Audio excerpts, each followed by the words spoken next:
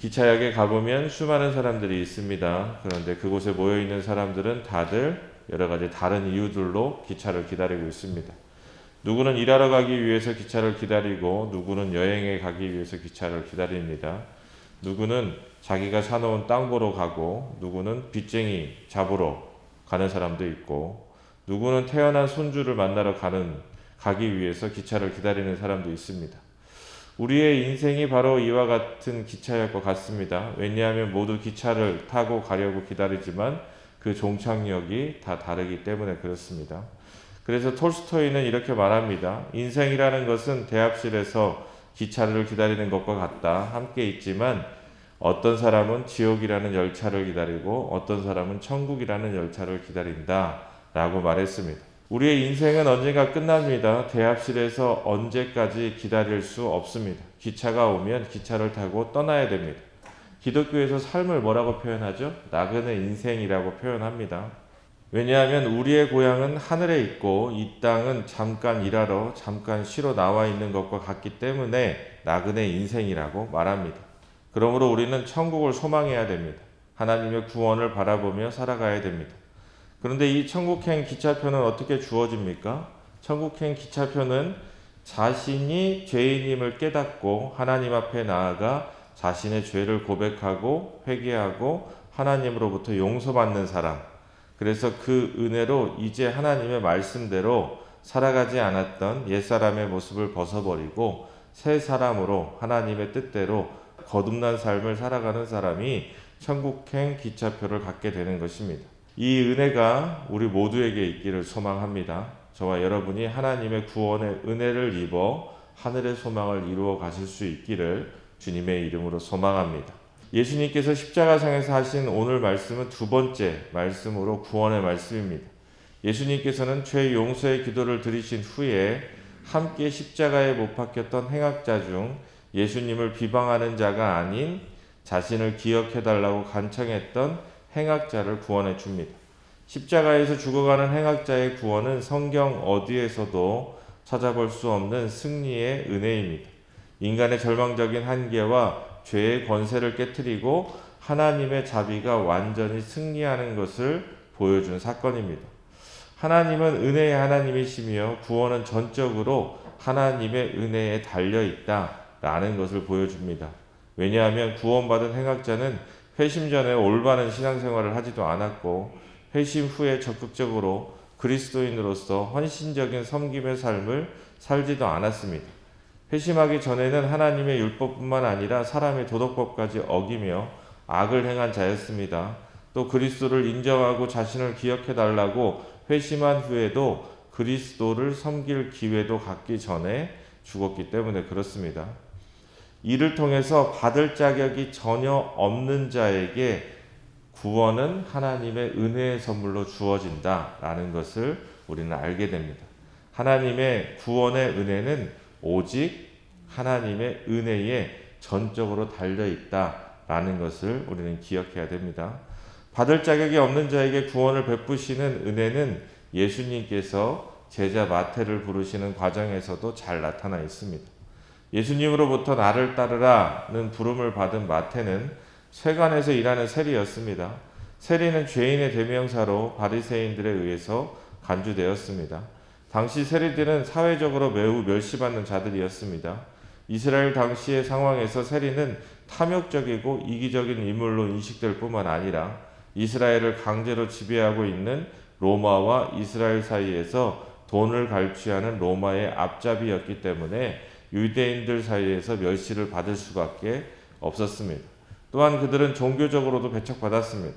왜냐하면 그들이 이방인의 돈을 지급하고 이방인들과 관계를 갖는 일이 많기 때문에 유대인의 율법에 명시된 정결 규례를 무시했다라고 여겨졌기 때문에 그렇습니다. 이런 유대인들의 시각으로 볼 때 예수님께서 세리 마태를 제자로 부르시는 일은 지극히 불경건한 일로 보였습니다. 민족의 배반자였습니다. 신앙의 순수성을 잃고 돈에 몰두하는 사람이었습니다. 그런데 이와 같이 자격이 없는 자를 예수님께서 제자로 택하셨다라는 것입니다. 그러니 유대인들이 볼 때는 정말 어이가 없는 일이 벌어진 것입니다. 예수님께서는 그러한 마태를 제자 삼으셨습니다. 그리고 마태의 집에 가서 함께 음식을 먹었습니다. 거기에는 많은 세리들과 죄인들이 와서 함께 식사하였고 제자들도 함께 했습니다. 예수님께서는 많은 세리들과 식탁 교제를 나눈 것은 그들이 받은 보이지 않는 구원을 식사 행위를 통해서 눈으로 볼 수 있게 해주는 중요한 행위이다 라는 것을 우리는 알아야 됩니다. 왜냐하면 구원받을 자격이 없는 자들, 그들과 은혜 가운데 함께하여 준다는 구원의 은혜를 예수님께서 식탁에서 보여주신 것입니다. 예수님께서 십자가상에서 행악자를 구원하신 것처럼 예수님의 식탁에서의 식사는 바로 그 구원의 은혜를 보여주고 있는 것입니다. 그러므로 식탁교제에서 예수님과 세리와 죄인들이 나눈 음식은 메시아 예수님께서 이 땅에서 잃은 영혼들을 향한 부르심에 대한 응답입니다. 그리고 그 응답함으로 회개하고 믿는 죄인들에게 베푸는 구원의 은혜를 상징적으로 보여주고 있는 것이 바로 예수님의 식탁입니다. 당시 유대인들의 사회 풍습에 의하면 식사를 같이 하는 것은 단순히 음식을 먹는 의미만 있는 것이 아니라 함께 식사하는 구성원들 사이에 극도의 친밀감과 인격적인 교제가 오고 간다라는 것까지 의미합니다.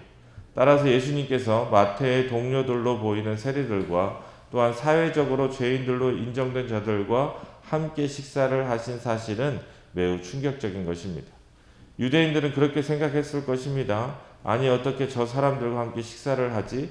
우리와 같이 자격 있는 자들, 품격 있는 자들이 아닌 악한 자들과 함께 식사하는 것이 그와 같은 예수님의 행위가 못마땅했을 것입니다. 당연히 유대인들은 이해할 수 없었습니다.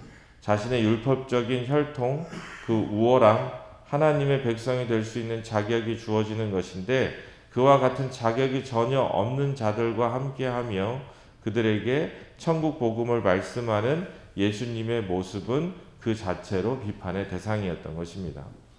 예수님께서는 세리와 죄인들과 함께 식탁 교제를 비난하는 바리새인들에게 건강한 자에게는 의사가 쓸데없고 병든 자에게라야 쓸데있느니라 라는 말씀을 통해 바리새인들의 영적인 교만을 지적하고 있습니다. 그리고 호세와 6장 6절 말씀을 인용하여 너희는 가서 내가 긍휼을 원하고 제사를 원치 아니하노라 라는 이 말씀의 뜻한 바가 무엇인지 가서 배우라. 나는 의인을 부르러 온 것이 아니요 죄인을 부르러 왔다라고 말씀하고 있습니다. 그렇습니다. 구원은 무엇입니까? 구원은 대단한 사람, 어떤 무엇인가를 이룬 사람에게 주는 상입니까? 그렇지 않습니다. 구원은 그 자체로 불쌍한 자들을 긍휼히 여겨주시는 것입니다.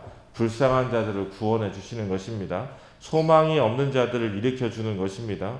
그러므로 긍휼이 없으면 구원도 없는 것입니다. 아픈 사람에게는 의사가 필요합니다. 그렇죠? 그러나 건강한 사람에게 의사가 필요합니까? 필요가 없어요. 그런데 아픈데 자신이 아픈 것도 모르는 사람도 역시 의사가 필요가 없습니다. 왜 그렇습니까? 의사를 찾지 않기 때문에 그렇죠. 그런데 중요한 것은 육체적으로는 아프지 않은 사람이 있을지 모르지만 영적으로는 아프지 않은 사람이 있을 수 없다는 거예요. 이 세상의 모든 사람은 불완전한 죄인입니다. 그러므로 모든 사람에게 죄인의 자리에서 벗어날 수 있는 유일한 길은 바로 구원입니다. 하지만 스스로 자신이 죄가 없다고 생각하면 어떻습니까? 영적으로 아픈데 아프지 않다고 생각하면 구원의 은혜를 필요로 하지 않게 되는 것입니다. 예수님께서는 이 세상의 모든 사람들의 죄 문제를 해결하기 위해 십자가에서 고난을 받으시고 죽으셨습니다. 따라서 자신이 죄인이라는 사실을 인정하지 않는 바리새인과 같은 자들에게는 예수님의 구원의 은총이 미칠 수 없습니다. 그러므로 중요한 게 무엇입니까? 나는 구원이 필요한 존재, 죄인이라는 것을 인식하는 것이 중요합니다. 승리의 은혜는 오직 하나님께로부터만 주어지는 것을 우리가 분명히 알아야 하는 것입니다. 여러분들은 스스로 얼마나 죄인이라고 생각하세요? 전도할 때, 복음을 전할 때 제일 어려운 사람들이 착한 사람들이에요. 왜 그렇습니까? 당신이 죄인입니다 라는 것을 잘 받아들이지 못해요. 아니 내가 나쁜 짓도 안 하고 손해만 보고 다른 사람들한테 피해봐도 해코지도 안 하고 착하게 살았는데 왜 나보러 죄인이다 라고 말하느냐 라는 것을 받아들이지 못합니다. 신앙생활을 오래 하다 보면 영적 교만에 빠지기도 합니다. 스스로 완전하다라고 착각하기도 합니다. 여러분들은 스스로 자신이 얼마나 큰 죄인이라고 생각합니까? 제가 예전에 서울에서 사역을 할 때 부목사 때 사무실에서 이렇게 근무를 하고 있었는데 5시쯤 된 것 같아요. 이제 집에 갈 시간이 다가와서 집에 가려고 생각하고 있는데 교회 한 권사님이 교육자실에 와서 저에게 얘기하는 거예요. 뭐라고 막 얘기하고 가요. 무슨 말인지 별 못 알아듣겠더라고요. 그래서 봤더니 뭐 저기 뭐 교회 주차장 쪽에 뭐 어쩌고저쩌고 하고 가시길래 나가봤어요. 나가봤더니 막 어지러져 있더라고요. 그 권사님이 저보러 치우라고 하고 간 거예요. 네. 그래서 치우고 있는데 그런 생각이 들더라고요. 그래 내가 목사인데 같이 치우자고 하는 것도 아니고 저걸 치우고 가라고. 그러니까. 그런데 집에 가면서 가만히 생각해 보니까 그런 생각이 들어요. 예수님은 십자가도 지셨는데 그거 하나 못 참고 또 속에서 이렇게 나쁜 마음이 올라오는구나 라는 생각이 들더라고요. 우리가 얼마나 죄인인지를 알아야 됩니다. 한 목사님이 수요 예배를 가려고 집에서 식사를 하고 이제 내려왔는데 아파트의 주차장이 비좁아서 그 아파트는 이중주차를 하나 봐요. 이중주차를 해놨는데 움직이지 못하게 사이드 브레이크까지 채워놓은 거예요. 그래서 전화를 했는데 전화를 안 받더래요. 3번, 4번 전화를 했는데 계속 전화를 안 받아요. 막 초조하잖아요. 본인이 가서 설교를 해야 되는데 못 나가가지고 교회 예배에 늦으면 안 되니까. 그래가지고 계속 전화를 했는데 한 20-30분 지났나? 전화를 받은 거예요. 그래서 죄송하다면서 내려오겠다고 차 빼주겠다고 그런 거예요. 근데 그러고도 한참을 안 내려오는 거예요. 막 화가 머리끝까지 난 거예요. 그래서 내가 내려오기만 해봐라. 내가 이 사람을 가만두나 보자 하고 화가 막 머리끝까지 났는데 그분이 휠체어를 타고 이렇게 오더라는 거예요. 그러니까 본인이 이제 장애가 있는데 샤워를 하다가 전화를 못 받았고 나간다고 했는데 이제 집에 아무도 없어서 도와줄 사람이 없어서 혼자 이렇게 옷 입고 닦고 나오는데 시간이 걸려서 죄송하다라고 이야기를 하더라는 거예요. 그러면서 그 목사님이 깨달았대요. 아직도 멀었구나.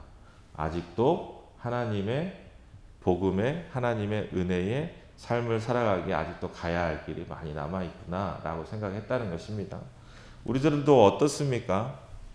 진짜 괜찮은 사람인 것 같다가도 한 번씩 우리 마음속에 죄인된 모습이 있죠. 그것을 받아들이고 구원의 은혜를 구하며 주님 앞에 나아갈 수 있는 사람이 되어야 한다는 것입니다. 스스로 얼마나 죄인이라고 생각하십니까? 스스로 죄인이라고 생각하는 사람은 다른 사람을 정죄하지 않습니다. 스스로 죄인이라고 생각하는 자만이 하나님의 구원의 은혜를 필요로 하고 하나님 앞에 나아가 자신의 죄를 용서해 주기를 간구합니다. 우리가 죄인임을 인정하지 않는다면 우리에게는 그 죄라는 병을 고쳐줄 유일한 의사인 예수님이 더 이상 필요 없게 되는 것입니다. 내가 죄인임을 철저히 인정하고 예수님의 긍휼함을 입어 구원에 이르는 복된 저와 여러분 될 수 있기를 주님의 이름으로 소망합니다.